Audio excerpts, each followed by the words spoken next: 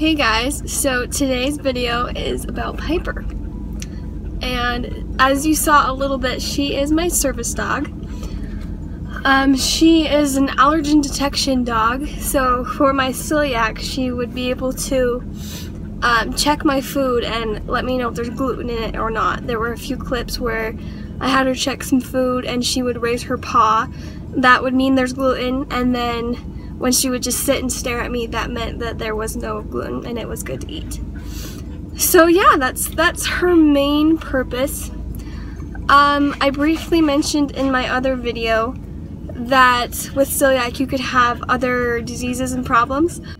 I'd say about 60% of celiacs, maybe 70% of celiacs, they go gluten-free and then they're totally fine and healthy and feel better than they ever have. With the other half of the celiacs, they still feel sick, they still have problems, and then they get related issues because their body is more sensitive to gluten. It's not just the 20 parts per million, but their body can sense less than that.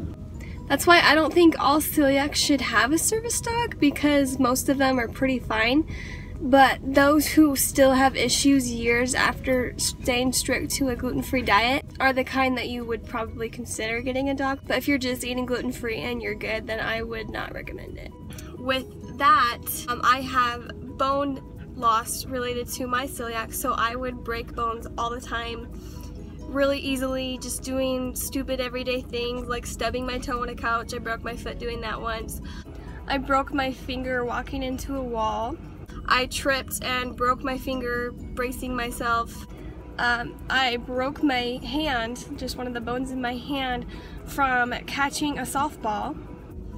I once broke my toe dancing in the kitchen. Broke a couple ribs when I tripped down the stairs. I also broke a couple ribs when I was playing ultimate frisbee and my cousin tackled me. I once broke my foot jumping too hard on a trampoline, dropping things, just silly little everyday things I would break bones from.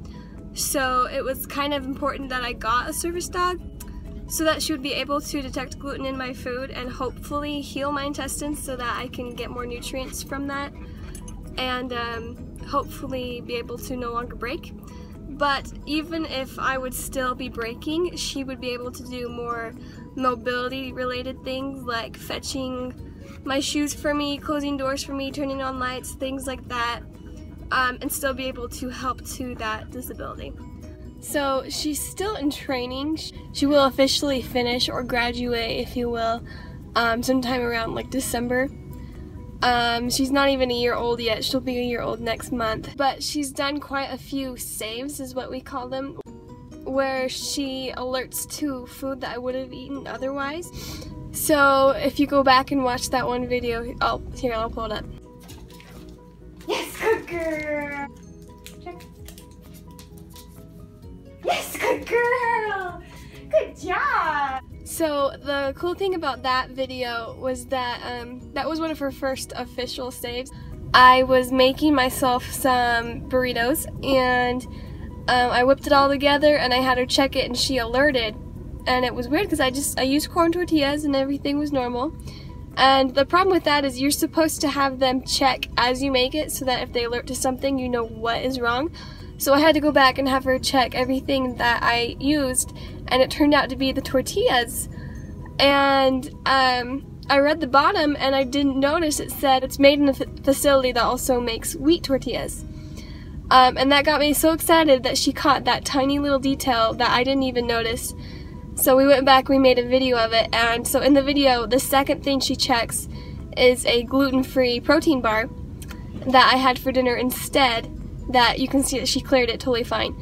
And so that was one of the most exciting moments so far with her, is when she did a real life save. That was one of her first saves.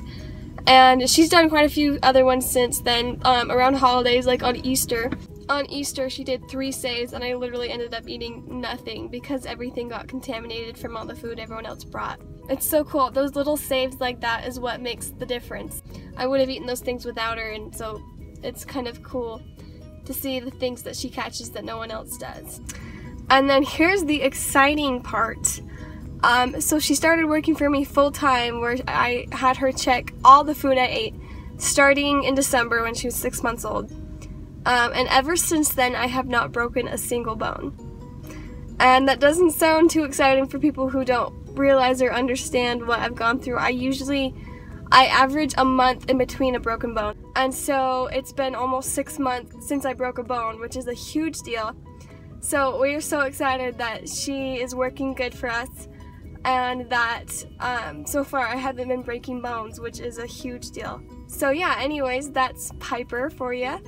And if you have any more questions, just type it down in the comments below, and I'm planning on making a part 2 to answer any questions you have about Piper and me and how this all works.